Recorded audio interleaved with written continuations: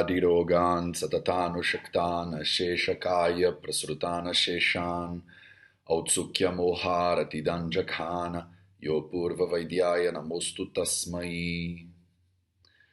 Sejam todos bem-vindos a mais um vídeo da série Vida Veda nos Samhitas, no canal do Vida Veda no YouTube. Meu nome é Matheus e hoje, nosso episódio 107 da série Vida Veda nos Samhitas, a gente vai continuar nossa leitura do Ashtanga Hridayam Sutrasthana, capítulo 3, o capítulo sobre Hritucharya.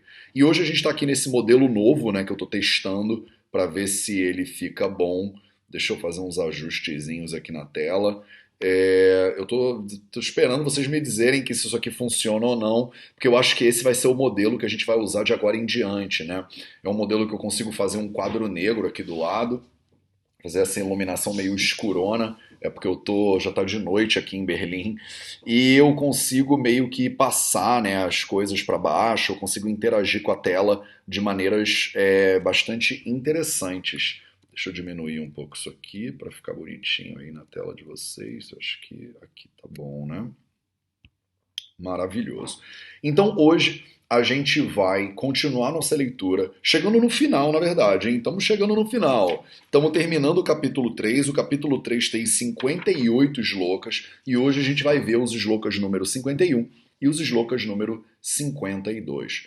Os shlokas número 51 e o 52, eles dizem o seguinte: Taptam taptashu kiranai shitam shitam shurashmibihi samantadapyahoratram magastyodaya nirvisham shuchi hamsodakam nama nirmalam malajijwalaha malajijalaha nabhishandena varuksham pana dishva mrutopamam. Então, Taptam Taptashu Kiranaihi, ele está continuando, né? Ele continua o Sharadrutucharya. Então, as nossas precauções, né?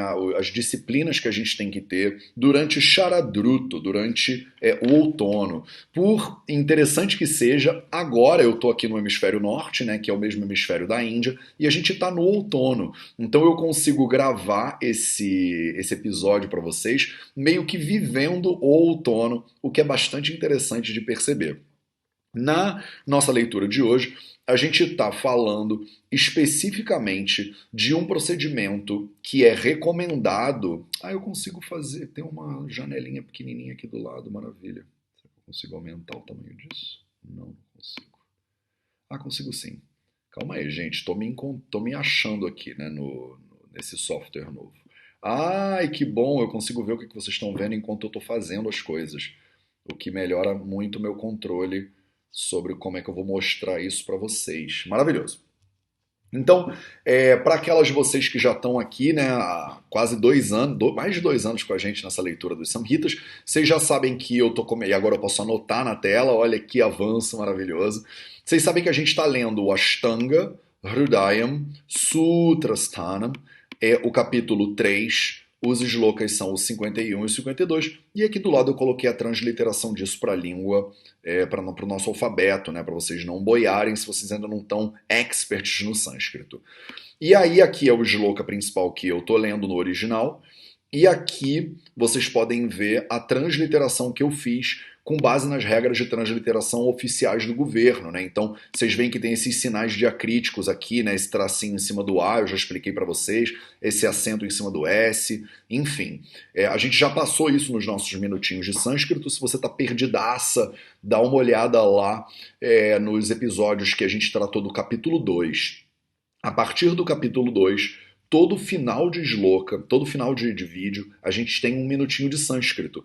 E nesse minutinho de sânscrito eu consegui começar a introduzir para vocês a gramática do sânscrito e, enfim, né, a gente começou a se alfabetizar no sânscrito. Então, idealmente, a gente vai chegar a alguma hora que a gente vai analisar isso aqui direto, né? Sem precisar botar aqui a transliteração, porque vocês vão estar super craques, vocês vão estar lendo tudo, né? De core salteado e tal. Então, hoje a gente vai continuar essa leitura aqui, aprofundando um pouquinho, e como eu estava dizendo, ela é uma leitura muito interessante, muito específica, porque ele está falando especificamente de Jalam, sobre a água, né? Ele falou para você que, se vocês lembrarem, ele falou que durante a estação chuvosa, no momento que começa a chover, essa chuva ela meio que deixa tudo amla, ela deixa tudo meio azedo, ela deixa tudo meio poluído, né?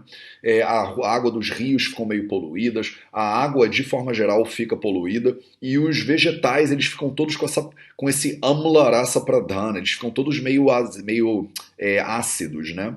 O que é ruim porque gera uma tendência a agravar o pitta dosha, né? Então o pitta ele acaba sendo agravado nessa estação chuvosa. E aí a gente vai ver como esse balé aí do Pitta, ele vai continuar agora, né, nessa situação. Não é nesse capítulo ainda, eu acho que ele falou isso, na verdade, no sloka anterior já, né? Já. Ele explicou por que o frio da atmosfera, então o Pitta ele fica agravado, mas por causa do frio da estação chuvosa, o Pitta ele não vai a toda, mas aí agora quando o calor ele entra mesmo, aí o Pitta dá uma estourada boa. E aí agora ele vai falar nesses slokas de hoje especificamente sobre a água, né? Então ele fala taptam shukiranaihi. Então taptam, aqui vocês podem acompanhar, né? O ideal é que vocês acompanhem aqui. Taptam taptamshu. Taptamshu. Tá faltando uma... Calma aí, gente. Vamos corrigir isso aqui. Que tá faltando um bindi aí. Beleza. Então a palavra taptá, que tá vendo que ela repete aqui? Taptá, taptá. Taptá, e aqui a palavra amshu.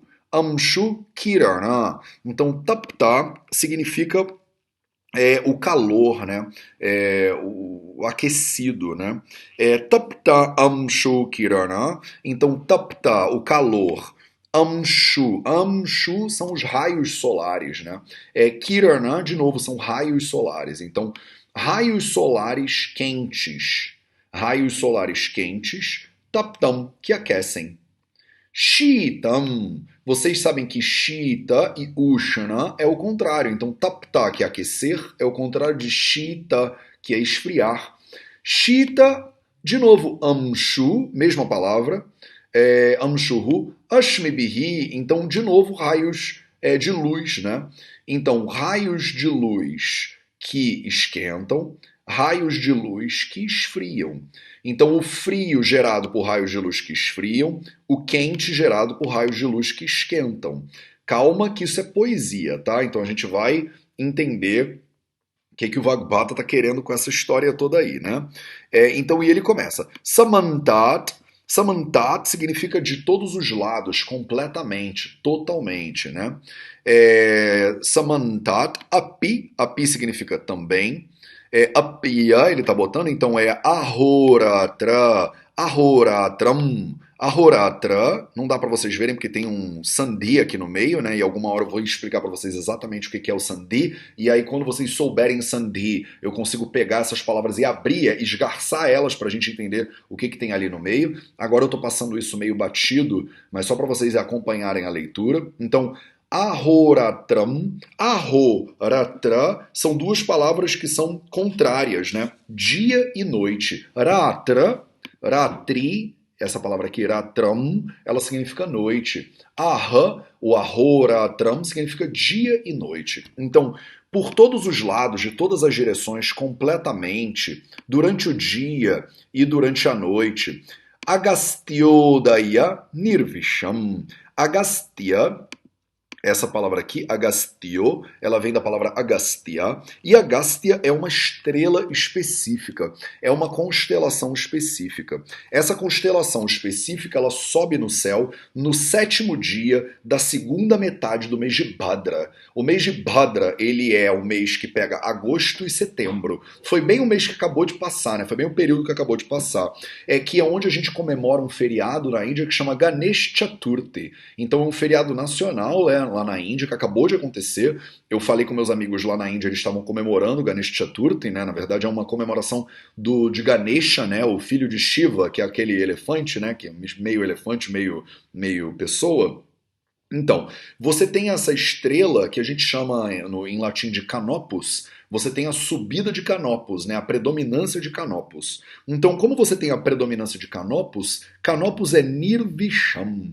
Nirvisham. Ni é a negação da palavra Visha. A palavra Visha significa veneno. A estrela Canopus ela é conhecida lá na cultura védica porque no momento que ela sobe no céu, ela limpa as coisas do veneno dessas coisas. Tá? Então a gente falou que está sendo submetido dia e noite à iluminação, né, ou à exposição a Agastya, essa estrela que a gente chama de Canopus, que ela entra no momento de predominância dela no sétimo dia da segunda metade do mês de Bhadra, que é entre agosto e setembro no calendário hindu, e essa estrela ela tem o potencial de fazer Nirvisham. Ela não gera veneno, ela libera, inclusive ela purifica os venenos. Purificar os venenos é bom. Então, e aí ele vai reafirmar o que ele acabou de dizer. Ele fala Shuchi. Shuchi significa limpo, puro. Nirmalam, Nirmala. Vocês conhecem a palavra mala já, não conhecem? Então, quando a gente fala das excretas que o ser humano libera, né? Fezes, urina, suor, tudo isso são os malas do corpo, não são? Então, Nirmala, de novo, é a negação da palavra mala. Então, se mala é uma excreta, nirmala significa que é limpo de excretas, não tem poluição nenhuma. E aí, de novo, ele fala maladit. A palavra maladit significa a mesma coisa, ela é totalmente limpa, livre de excretas, ela é pura, ela gera essa pureza. Ela gera essa pureza no quê? No jalam, na água, tá? Então a gente está começando a entender o que está acontecendo aqui, né? Ele está explicando um sistema de purificação de água durante o outono. Olha que interessante, são dois esloquinhas totalmente voltados para a purificação de água. A água, quando ela é banhada dia e noite, Ahoratram, pela estrela Agastya, essa estrela que liberta as coisas do veneno delas, essa água ela fica shuchi, ela fica pura, essa água ela fica nirmala, ela fica livre de excretas, essa água ela fica totalmente livre de qualquer impureza, de qualquer problema. E aí ela ganha um nome, Namã, ela é chamada de Hamsodaka. Hamsodaka é o Udaka. Udaka, esse Odaka é Udaka, Udaka significa água. E é água de Hamsa. O que é Hamsa? Hamsa é aquela ave branca, cisne. É uma água de cisne. Então, o nome que a gente dá para ela é Hamsodaka. O Hamsodaka é essa água de cisne. Ela é chamada água de cisne porque a gente fala que o cisne ele só habita águas muito puras, né? Quando o cisne ele tá dentro de alguma água é porque ali tem pureza. Além disso, tem uma outra coisa que eles falam muito também na tradição védica, é que o cisne, se você der uma água para ele com leite misturado, ele consegue beber só uma coisa e deixar a outra, né? Então ele consegue saber o que é puro do que não é puro. Tem toda essa história do cisne com a pureza, né? O cisne branco. Então, a água de cisne é o nome, Namma, que a gente dá para essa água que foi purificada dia e noite pela estrela Agastya, que ela foi banhada pelo calor dos raios calorosos do Sol, né, no caso, e foi banhada pelo frio dos raios frios da Lua, né, no caso. Por isso que ela passa dia e noite tomando água. Você tomando Sol e Lua, né? Você bota essa água no relento, ela fica pegando Sol, pegando Lua e pegando essa influência dessa constelação de Agastya, e aí ela fica limpa, ela fica pura. Essa água que era impura, né, dentro lá do contexto anterior, no contexto da estação chuvosa, ela agora vai ser devidamente purificada, e ele está explicando esse procedimento de purificação. E aí essa água purificada, ela é Nabhishandi. Ela não só é Nabhishandi, quer dizer, ela não gera Abhishandi. Abhishandi é um processo pelo qual os poros, né, os shrotas, os vasos do corpo, eles são bloqueados. Então, no momento que você consome alguma coisa que é abixandi, por exemplo, iogurte é muito abixandi. Por isso que não é recomendado comer iogurte à noite, né? O Charaka Samhita e o Ashtanga Hridayam, eles proíbem claramente o consumo de iogurte durante a noite, porque o iogurte ele é abixandi. Ele vai ter uma tendência a tapar os poros e a prejudicar a circulação, né? De prana também. Nabhishandi significa que essa água ela não gera esse entupimento dos poros. Nava ruksham. Ela não é abhishandi, mas ela também não resseca. Ela é navaruksham. O que é interessante é que, normalmente, uma coisa que é nabhishandi, uma coisa que abre os poros e que libera o corpo, né, de bloqueios, vai provocar secura normalmente. Uma coisa que provoca secura não gera bixandi, e uma coisa que gera bixandi não gera secura. É como se elas fossem opostos. Mas aqui ele está dizendo, essa água ela é tão especial que ela é na bixandi, na varuksham. Ela não provoca o entupimento dos vasos, ela não oleia o corpo desse jeito, mas ela também não resseca. Ela é quase como se fosse uma água neutra. Ela é totalmente pura. Panadishvamrtopamam.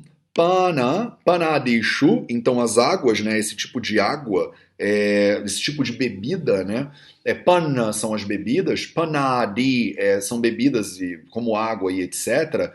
Panadishu, que é o que está escrito aqui, é o plural, né, dessas águas. Amrutopamam, amruta upama. Amruta significa um néctar, né, é uma coisa que é consumida pelos deuses, digamos assim. E essa água, ela é um néctar dos deuses. Ela é um amruta, amruta upama. Upama é o melhor de todos os amrutas. Ela é o melhor de todos os néctares divinos. Então, resumindo aqui para vocês, eles disseram que, o Vagbhata disse aqui, que a água, que provavelmente estava lá poluída da estação chuvosa, agora tem um procedimento de purificação dessa água.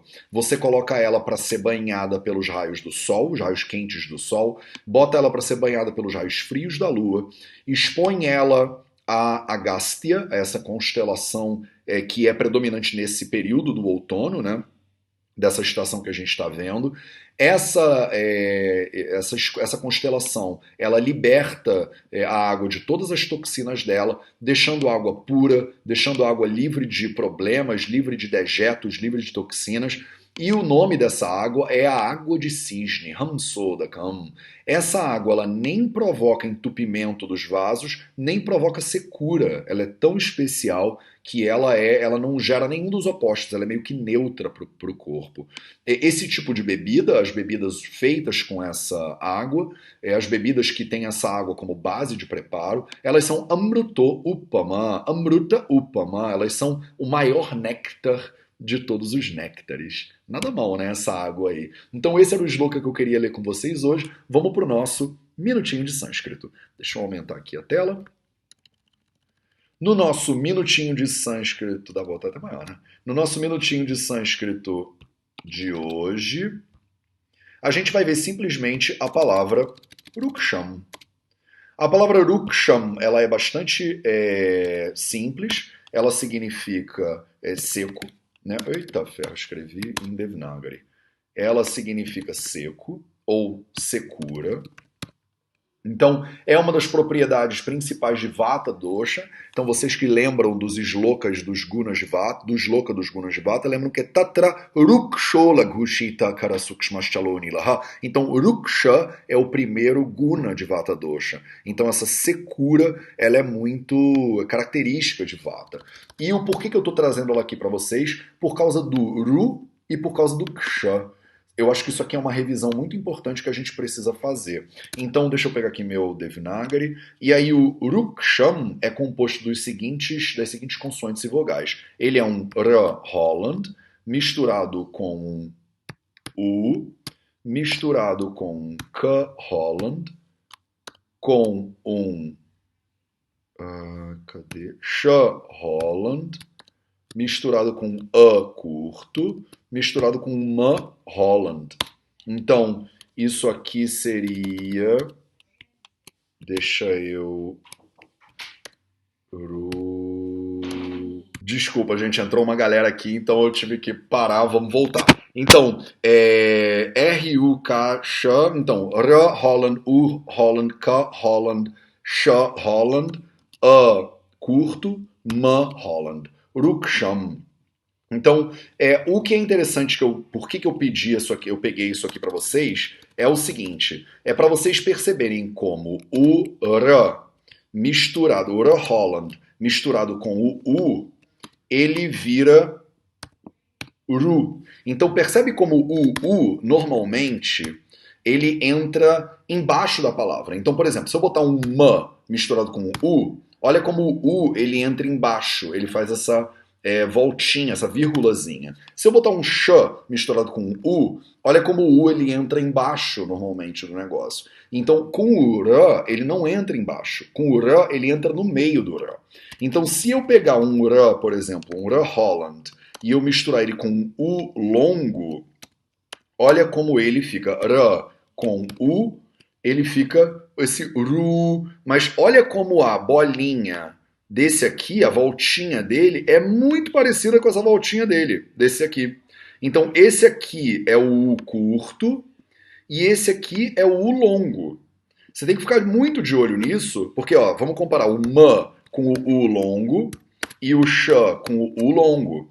Percebe como o U curto ele é meio que uma vírgula que tem a abertura virada para cima, a aberturazinha dele é virada para cima, e o U longo, a aberturazinha dele é virada para baixo. O Shu curto, o Shu, a abertura é virada para cima, o Shu longo, a abertura é virada para baixo. Sendo que aqui no Ru não acontece isso.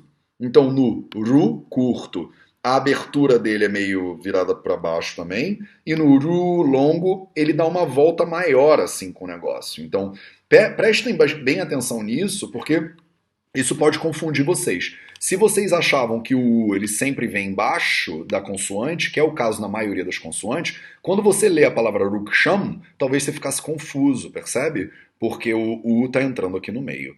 E eu sempre gosto de aproveitar a oportunidade para a gente falar do Ksha. Falar do Ksha é sempre bom, porque o Ksha, esse K Holland misturado com um Sh, ele vai dar Ksha. Ksha. Então, a escrita dele ela é bem doida. Eu ainda não consegui, nesse equipamento que eu estou usando aqui, eu estou usando tipo um bloco de notas aleatório aqui do Mac, então eu não consigo desenhar nele, né? Porque se eu conseguisse desenhar, de repente eu vou ter que transferir isso aqui para o Pages ou para alguma outra plataforma. Se eu conseguisse desenhar nele, eu ia conseguir mostrar para vocês como é que se escreve esse Ksha, né? Que ele começa eu não tenho como mostrar isso aqui para vocês. Ele faz uma volta, a bola lá em cima, que desce e faz uma voltinha. Então, alguma hora eu vou arrumar um software aqui para escrita e aí eu consigo fazer isso com vocês enquanto eu faço as anotações e tudo mais. Por enquanto, o que tem para hoje é isso aqui. Esse foi o nosso minutinho de sânscrito. Esses eram os slokas que eu queria ver com vocês hoje. Então, na nossa próxima quarta-feira, a gente continua essa reta final do capítulo 3, do capítulo de Rutucharya, o Rutucharya Dhyayam. Eu aproveito aqui no final, agora que eu tô craque já nesse software, para agradecer todas as nossas, cadê eu sumi? As nossas apoiadoras que apoiam o trabalho do Vida Veda lá no Apoia-se. Muito obrigado também pela sua presença e a gente se vê então no nosso próximo vídeo, na próxima quarta.